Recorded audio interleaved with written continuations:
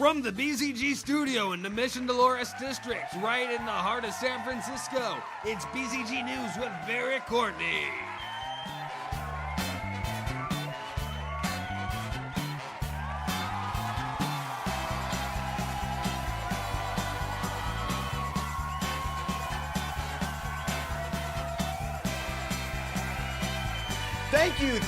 Thank you so much all the way up here. Thank you so much all the way down here. And thank you right here. What's up, everybody? My name is Barrett Courtney, and this is BzG News. No, it's not a political show where we talk about things like Anthony Weiner showing his wiener again. This isn't a celebrity news show where we talk about things like Taylor Swift getting another ex-boyfriend again. No.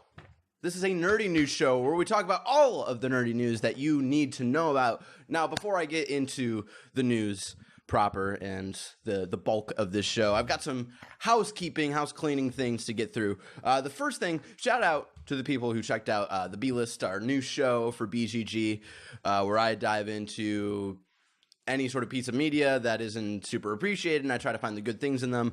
Shout out to everybody who saw our first episode earlier this week, or late last Saturday, and the episode was about SLC Punk, which is a movie that came out in 1999. Go check it out. I'm really proud of it. I worked really hard on it, and so shout out to all of you who checked that out and said kind words to us. I just want to say thank you so much for those kind words.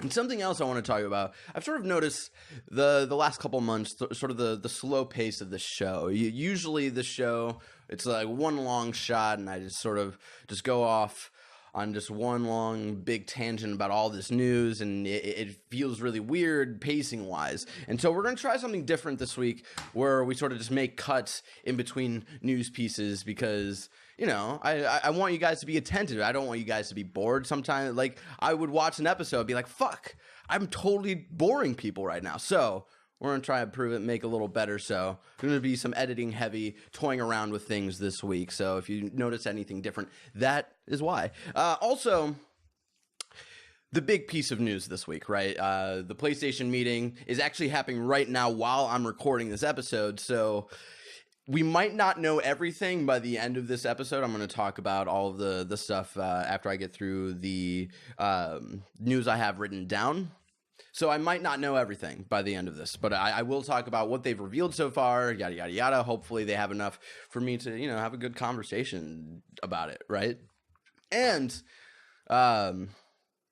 also, you might have noticed, I'm going to talk about one more elephant in the room. We haven't had a Gamer of the Month on this show in a little bit, in a little while, right? And that's because there are going to be some changes to the show and changes to BzG in general soon, so I just do want to address it. Some people have asked me, like, yo, what's going on with Gamer of the Month? There are some things in the works, so, that's why, and I can't talk about it now, but once I am ready to talk about it, you will for sure fucking know. Follow me at BananaChong on Twitter. I'll probably talk about it there when I'm ready. Anyway, let's get into the nerdy news that you should fucking care about. First piece of news.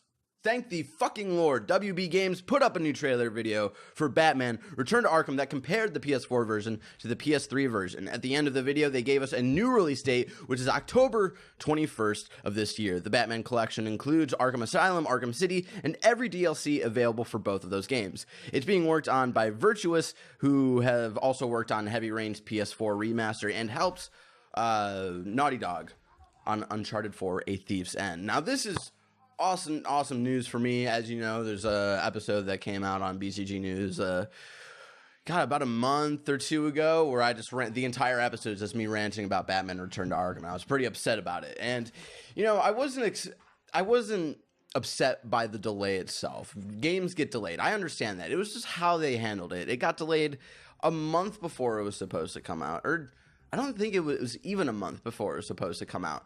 And they couldn't even give us a final release date when they did that. They're like, hey, it may or may not come out at all. So that was why I was upset. It's because this shit handling of this game that, not many people are giving a shit about or like up in arms about, but I care about it, right? So I'm excited. I saw the the new trailer, which is probably right here playing, and I think people are crazy who say like, hey, this game looks worse than the fucking originals. I don't. I think they're playing a lot with cool colors and definitely making some obvious upgrades to the environment and character models. So hey, I think it's really cool. Again, you can check out Batman Return to Arkham, the collection of the two Arkham Asylum games. Two of the Arkham Asylum games from the last generation. They didn't include Arkham Origins, was what a lot of people were thinking that might have been why they delayed the game, was because they wanted to add Origins. But I knew it wasn't because of that. I knew it was just they were not ready whatsoever to release this game, and that's why I thought it was bullshit that like they knew they weren't ready to release it. Oh, my tie's all fucked up. They knew they weren't ready to release it, and I was just annoyed that they were like, oh, hey, here's this date that we may or may not be ready for. So hopefully there will be no more problems before October 21st, so we can finally return to Arkham. Next piece of news.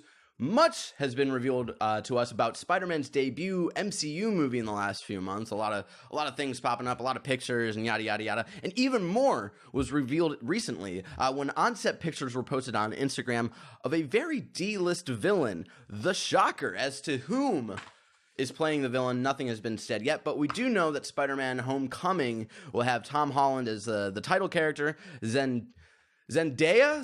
Henry, who's in the audience. How do you pronounce that name? Zendaya, thank you, as Mary Jane Watson, which a lot of people are upset about, and I think they're all fucking insane. Robert Downey Jr. as Iron Man, Jon Favreau as Happy Hogan, and Marissa Tomei as Aunt May.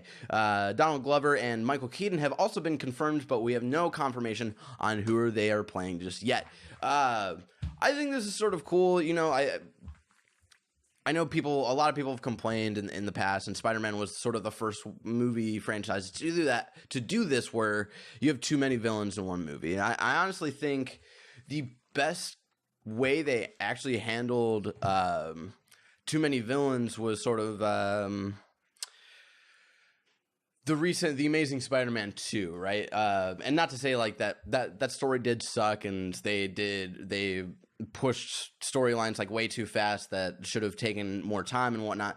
But you know, there were 3 villains in that movie. There was Green Goblin, there was Electro, and then there was also Rhino. People forget that Paul Giamatti played the Rhino in that movie. As I'm sure most people have. It's understandable because that movie sort of sucks.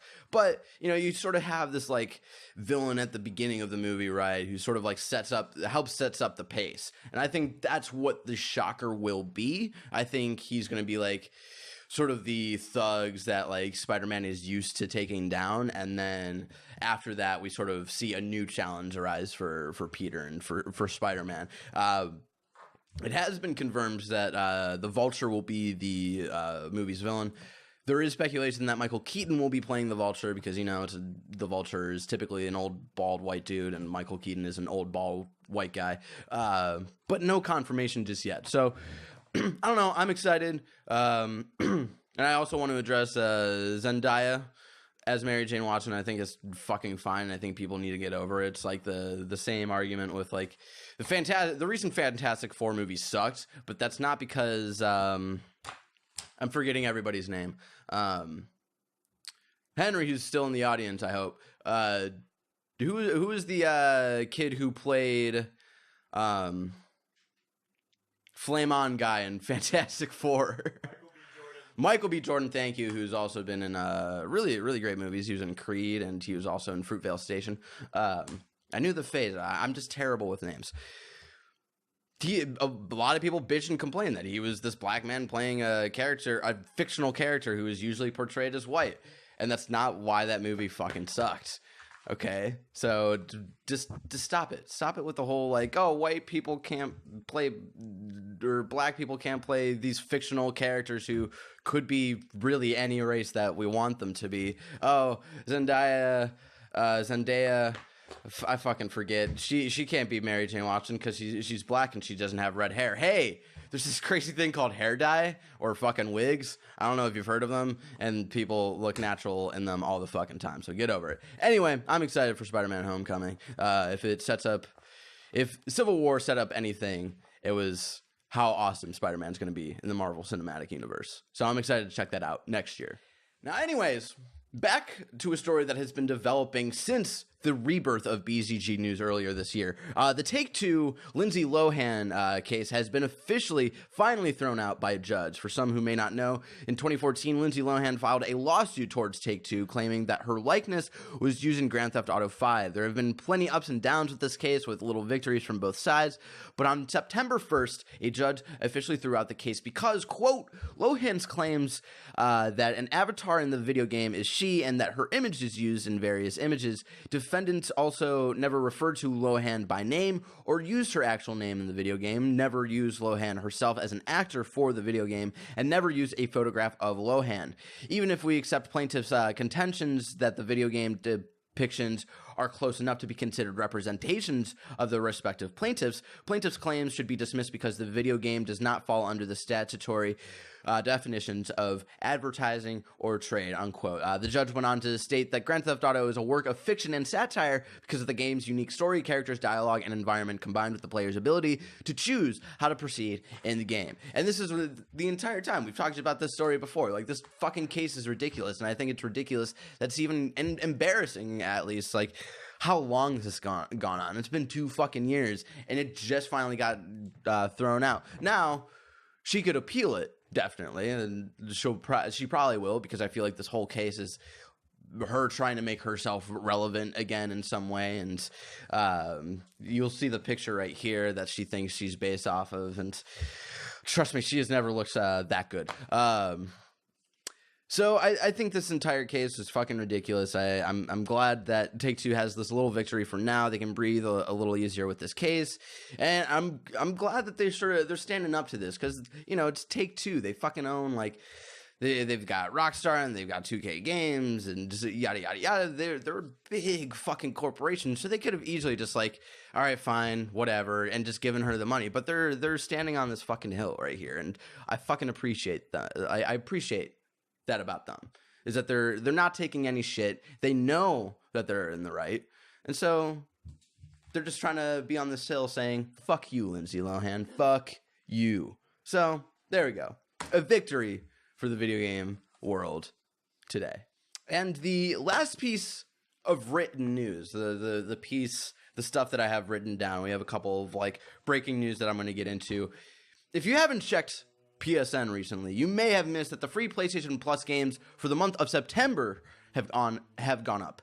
On PlayStation 4, we have Badlands, an adventure game where you take control of Cloney, a weird-looking creature, and direct him through a plethora of puzzles to get through the woods. We also have Journey, an indie game where you are a traveler exploring a beautiful desert land, aiming to get to higher ground. And Lords of the Fallen, an action RPG where you are a convicted criminal who is on a quest to save humanity from Lords of the Dark Realm. PlayStation 3 also has Badland and Journey, but also has Datura and Prince of Persia: The Forgotten Sands. And Vita's free games are Badland and Amnesia Memories. I can't say much about Datura and Prince of Persia, and from what I understand of Amnesia Memories, it's like this fucking weird anime JRPG sort of shit. When I first saw it, I was like, oh, like Amnesia in the crazy horror game that was like a hit thing a couple years back. No, not that whatsoever. Really cool list. I believe, I'm not too sure how good Lords of the Fallen is. It at least hasn't gotten a lot of attention from what I understand, but I have talked to some people who say they enjoyed it. So, you know, if you're looking for like an action RPG and you don't want to spend a lot of money, that might be one that you want to check out. And I saw some pictures of it. Sort of got like this, not completely Dark Souls vibe, but it's sort of like, I feel like that tone and that color palette and that like art style almost. So if that's something you're looking for to play this month, fucking check that out. Also Journey, one of the best games in video games of all time. Check that shit out. It's like a great, I would say, 2 to 3 hour experience, and I think if you've never played it, I don't want to say too much, so just check it out. and get back to me if you never played it. Play that game. Comments here. Be like, oh my God, Barrett, you were right. I should have checked out that game earlier. And then also, I've heard of Badland. I've seen pictures of Badland. Like I recognize that, like, a little weird floating black monster looking dude that I guess that you play as. It was like an iOS, like it was like originally a handheld game or like a mobile game. And it won like mobile game of the year or whatever, and it's been ported like everywhere else, and people enjoy it. So if you're looking for a lighthearted puzzle adventure game, that might be something you want to check out. So there you go, the PlayStation Plus free games of the month for the month of September. All right, ladies and gentlemen, that was sort of the last like news I had written down. There are 2 conferences going on today, the day that I'm recording this. By the time you guys are watching it, it's old fucking news. You guys don't care about it.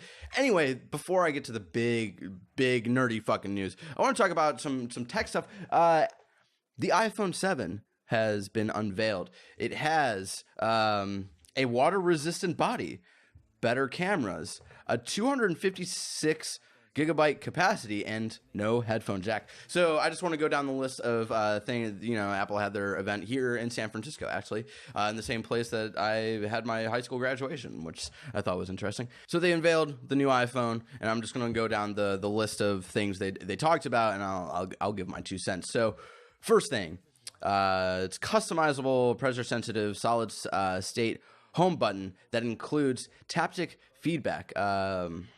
It will be water resistant. It will have no headphone jack. Apple EarPods headphones will now connect through the Lightning connector port, and new AirPods headsets connects wirelessly. So I think what's going on here, so there is no headphone jack, but instead you still have the little charger. And what I understand is that you can get an adapter that plugs into the charger portion and has like a headphone jack into it, and you can plug that in. That is like what you can do for that. But if you don't want to do that, if you don't want to be with all those cords, the AirPod headsets just do like sort of Bluetooth. You just stick them in, you look like an idiot, and connects to your iPhone. The iPhone 7 keeps the 12 megapixel camera, but adds larger aperture, and this is the big deal, optical image stabilization that keeps images steadier. The iPhone 7 Plus gets a second 56 millimeter telephoto lens on the back that works like a built-in zoom feature. Phones like the LG V20, Huawei P9, and Huawei Honor 8 have 2 cameras as well. It has a 7 megapixel front-facing camera, up from 5 megapixels on the iPhone 6s, and auto image stabilization, not optical. Now this is different from what I heard. I heard that the new camera for the iPhone 7 was like actually worse than the iPhone 6, but apparently I guess that's not true. Apple says its HD Retina display is a 25% brighter than last year's model, includes the pressure-sensitive 3D touch layer that buzzes slightly when you press and hold the screen for some reason. It adds a second speaker, aka stereo speakers, at the bottom and top. This is brand new for Apple. So I guess if we look at my adorable iPhone 5C, because I'm not rich enough to have even a 6 yet. So I imagine what they're talking about. They have one here and then like one here of like the speakers. It comes in 32 gigabyte. That's the smallest one it has. 182 or 128 gigabyte and 256 gigabyte capacities. That's pretty fucking big for a phone. I have not seen like how big the phone actually is compared to a human's hand. But that's fucking 256. That's like bigger than what this computer has in fucking storage. This computer I'm holding right now only has 120, and the fucking phone doubles that. That's crazy. That's the one thing I'll say that is a little impressive. The colors, which is probably what everybody's caring about. You got glossy jet black, just regular black, gold, silver, and rose gold. So iPhone 7. Oh, and also there's a new A10 Fusion chip is a 64-bit 4-core processor that Apple says is 40% faster than last year's A9 processor. 2 cores are high performance, the other 2 are high efficiency, which means they'll conserve battery while handling tasks. Takeaway message: deeper visual graphics, especially with gaming. Speaking of gaming, Super Mario Run is coming to iOS finally. And the cool thing about this announcement is that it's not free to play. It's like an actual it's a game. You just buy it and you play it, and there's no fucking hidden costs or any of that free to play model shit right there. And that's what we were all hoping Nintendo would do when they announced that they were doing mobile games. So good on them. I honestly think like iPhones, it's just we got to stop buying them, to be honest. Like, there are cool little things. Like, yeah, this new one, like, processes things a little faster. It's, like, a little better. We need to, like, we all just need to come together as a society and say, hey, we're not going to buy your shit for, like, 2 years. So that Apple can, like, look at itself and be like, what do we really need to do to, like, truly innovate? Because taking a headphone jack isn't innovation. And I fucking love... People are making fun of Apple on Twitter saying, like, they got rid of the headphone jack because of courage. They're courageous to make this fucking bold step. And it's like, it's not a bold step. It's fucking... That's not innovation, you know? It's silly. It is fucking silly. So, I don't know. Just don't buy it. Let's wait for a new iPhone that actually does something cool, that actually makes us impressed about what it has going on for itself, instead of just like light little new features that are like just a little improved, just a little bit. The one thing I will say though, the memory, the fucking memory capacities, for the storage capacities for these phones, really impressive. That's what I will say. 256, that's fucking crazy. Anyway, the new Apple iPhone 7, there you go. Now, the last piece of news that I am reading about currently while I read it to you, like I have no idea like what's going on here. I'm reading the live updates from GameSpot at the PlayStation Conference. So I'm just going to walk you guys through this entire PlayStation meeting. We're not going to get to the big one just yet. I just read about it a little bit. So, the conference started.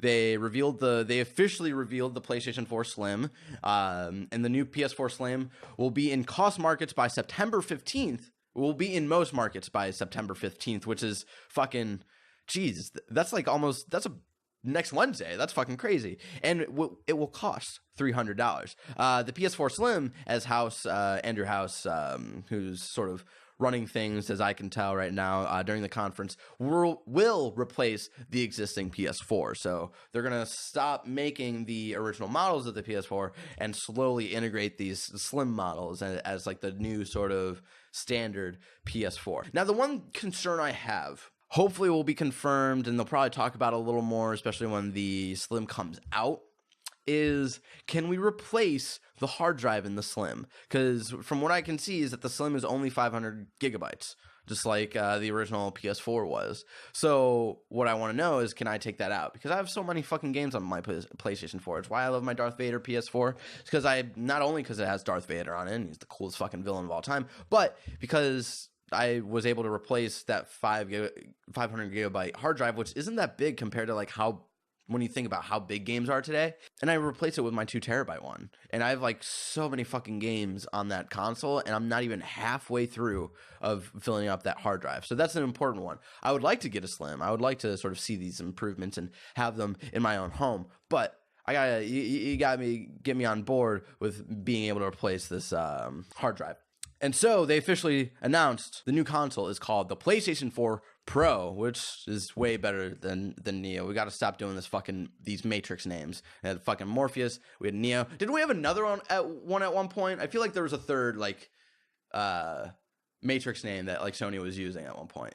Whatever. They're just using a lot of Matrix names. So I'm glad that PlayStation 4 Pro is, the actual name. The frame rate is also better on PS4 Pro, while the console will be backwards compatible to an extent. The PS4 Pro will also have a 1 terabyte hard drive. PS4 Pro will work with PlayStation VR, which goes on sale on next month, which is really exciting. They talk more about HDR. TVs today fail dramatically at showing the true range of colors that exist in the world. To give us an idea of the difference, Sony is showing a picture of San Francisco that is restricted. Now with HDR, the image looks substantially better. Now we're talking about forward compatibility. There will be over half a dozen first-party games that will be patched to support PS4 Pro, while quite a few third-party games will too. We'll try to get a full list of all the games soon. So what they're talking about basically is like, hey, a lot of these games that have come around in the last year or so are gonna have updates so you can play them on PS4 Pro and enjoy like all of the cool new benefits. PS4 games will run on regular PS4 and PS4 Pro, he says. However, Sony is also reaching out to third-party devs to try to get on board with this PS4 Pro thing. I've yet to get an official date for the PS4 Pro. I've officially caught up. I'm sorry that this segment is very scattered, I'm learning everything in the fucking moment, so it's a crazy thing. But let's point out the important thing. It's called the PS4 Pro. It has improvements in visuals.